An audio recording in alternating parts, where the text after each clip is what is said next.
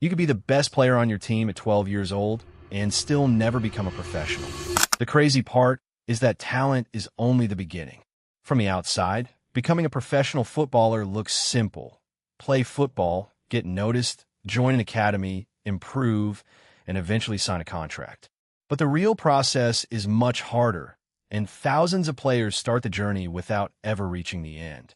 So how does a kid actually go from kicking a ball around after school to playing in a professional stadium? And what separates the players who make it from the talented players who disappear along the way? It usually starts with something very simple, playing football. When you're young, you don't need a perfect training plan or an expensive gym membership as much as you need time with the ball. You need to pass, dribble, shoot, turn, control the ball, and learn how to make decisions under pressure.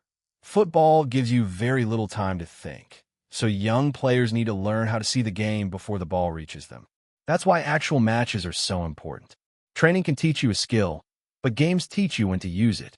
And this is where one of the biggest myths about youth football starts to fall apart. You don't have to be the best player in your country when you're 10 years old to eventually become a professional. One long-term study followed 537 young players in a professional academy for 12 years, and only 53 eventually earned a professional contract at that club. That was roughly 10% of the group.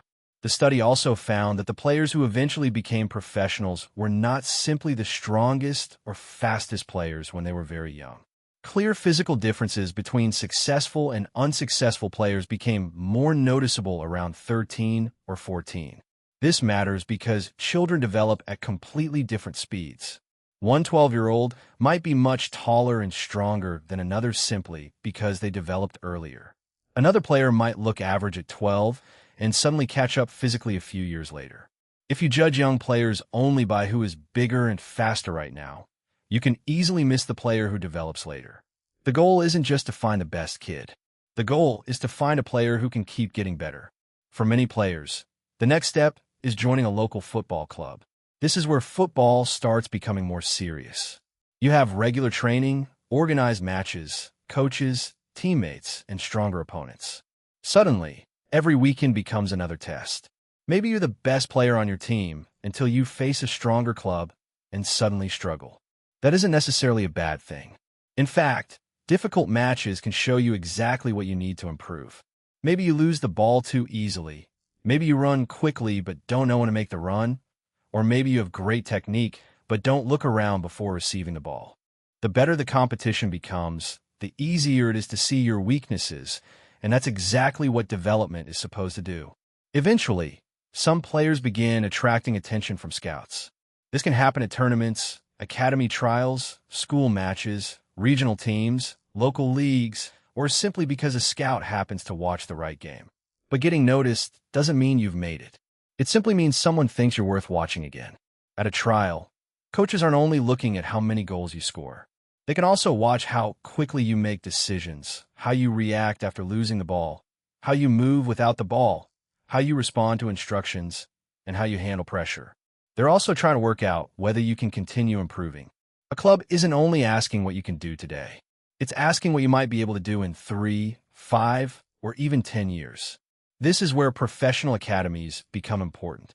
An academy gives young players better coaching, stronger competition, better facilities, tactical education, fitness training, medical support, and a possible path toward professional football. But there's a catch. An academy isn't the finish line. It's another competition. The older you get, the harder that competition becomes.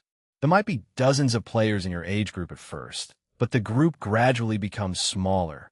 Some players leave, some are released, some move to other clubs, some stop playing, and others simply improve faster. Then the teenage years arrive, and everything starts changing. Your body changes, your speed changes, your strength changes, and sometimes even your position changes. The way you understand football also becomes more advanced. At this point, being talented isn't enough. You have to become reliable. A coach needs to know what you can give the team every time you step onto the pitch. A winger might need to beat defenders and create chances, while a midfielder might need to control the game and make smart decisions under pressure.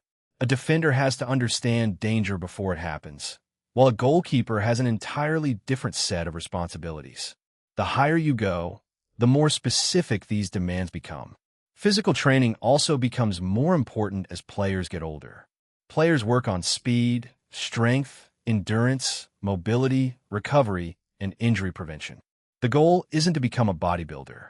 The goal is to become a stronger and more complete footballer. You need strength to protect the ball, speed to beat opponents, power to strike the ball, balance to stay on your feet, and enough fitness to keep making good decisions late in matches. Because being brilliant for 10 minutes doesn't help much if you disappear for the other 80. Then comes one of the hardest parts of the entire journey: the move from youth football to senior football. This is where the game can suddenly feel completely different. You might have been one of the best players in your academy, and then you start training with adults. Suddenly, everyone is stronger, faster, smarter, and more experienced. There is less space, less time on the ball, and much less room for mistakes. Nobody really cares that you were the best player at under 16 level. Senior football asks a completely different question. Can you perform against grown professionals? This is where many promising careers hit a wall. A player can spend years working toward professional football and still reach 17 or 18 without getting a first-team contract. That can feel like the end of the dream, but it doesn't have to be. Some players move to another club, some drop into a lower division, some play semi-professionally, some continue developing for several more years, and some even change positions. The path to professional football isn't always straight. In fact, for many players, it looks more like a maze. Research from professional academies also shows that being recruited very young does not automatically guarantee a professional career. In a long-term academy study, 68% of the players who eventually became professionals had been recruited at age 12 or older. So being discovered early can help, but it doesn't guarantee anything. Being discovered later doesn't automatically mean you're finished either. Some players develop outside the biggest academies because they get more playing time, face older opponents, and learn to deal with difficult situations earlier. Sometimes, those players eventually get another chance. But even getting into an academy doesn't mean you are safe. Young players can be released after spending years inside the system. A club might have too many players in your position. Another player might develop faster. Your performances might drop, or the coaches might simply decide that you're unlikely to reach the level they need. Imagine spending 6 years believing you're going to become a professional footballer, and then being told that your place in the academy is gone. That moment can be brutal. Suddenly, your normal training schedule disappears, your teammates move on, and you have to figure out what comes next. This is why mental strength becomes so important. You have to deal with failure, criticism, injuries, being dropped, sitting on the bench, losing matches, and making mistakes. The players who survive these moments aren't necessarily the players who never struggle.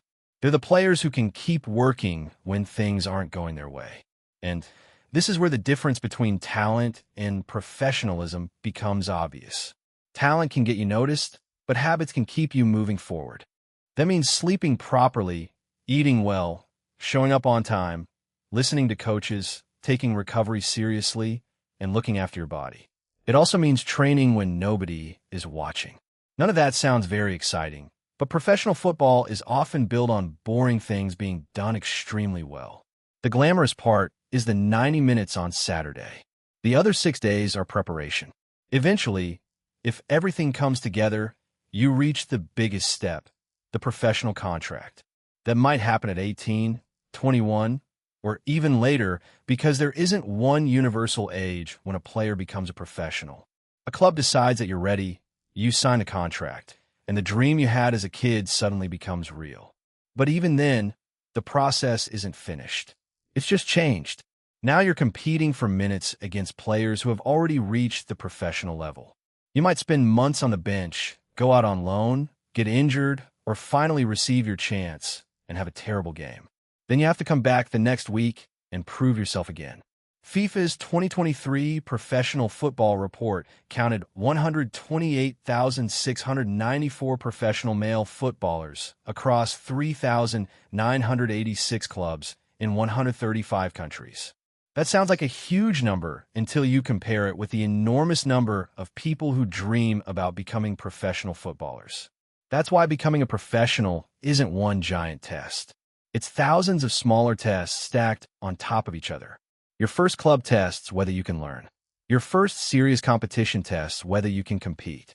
Your first academy tests whether you can handle a higher level. Your first major setback tests whether you can recover.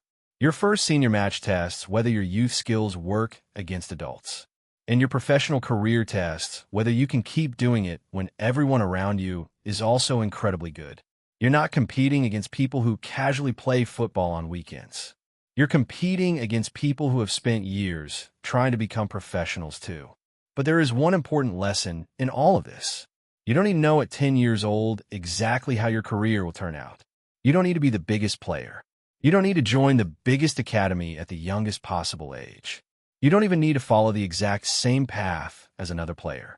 You need to keep developing. Play, train, learn, compete, take care of your body, listen to your coaches, and accept that failure is part of the process.